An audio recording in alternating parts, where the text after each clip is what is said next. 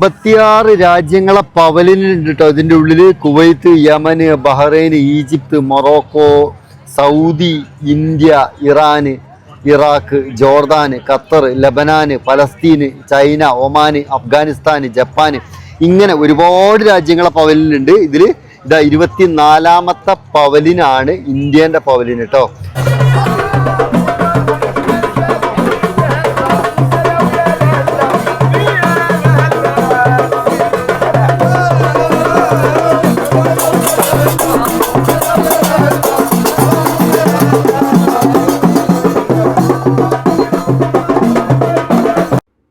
Dubai global village ആണ് നിങ്ങൾ ഈ കാണുന്നത്. ലോകത്തിൻ്റെ പല ഭാഗങ്ങളിലുള്ള ആളുകൾ സഞ്ചാരികളായി വരുന്നതും അതേപോലെ തന്നെ ലോകത്തിൻ്റെ പല ഭാഗങ്ങളിലുള്ള സംസ്കാരങ്ങളും കലാരൂപങ്ങളൊക്കെ കാണാൻ പറ്റിയ ഒരു സ്ഥലം. ദുബായ് ഗ്ലോബൽ വില്ലേജ് എല്ലാ വർഷവും നടത്തി വരാറുള്ളതാണ്. ഇതിൻ്റെ അകത്തേക്ക് പാസ് മൂലമാണ് പ്രവേശനം. 30 ദിർഹംസാണ് ഒരാൾക്ക് ഇതിൻ്റെ അകത്തേക്ക് കയറാനുള്ള ഫീസ്.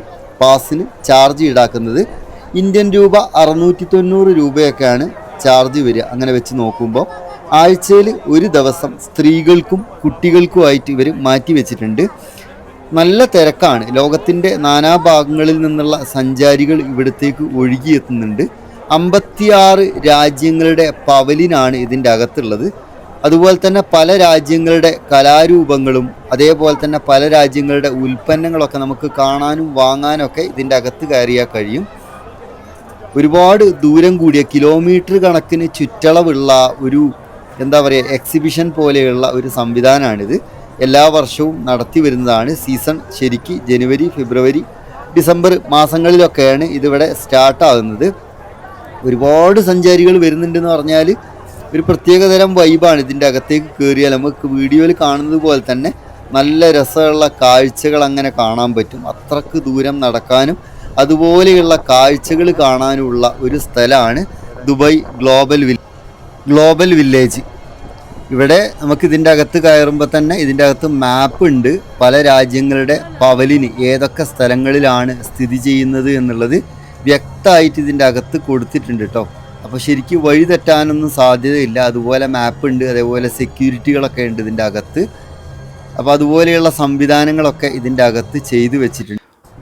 കുവൈത്ത് എന്ന രാജ്യത്തിൻ്റെ പവലിനാണ് ഈ കാണുന്നത്. ഓരോ രാജ്യത്തിൻ്റെ പവലിൻ്റെ പുറത്തും ആ രാജ്യത്തിൻ്റെ പേര് എഴുതി വെച്ചിട്ടുണ്ട്.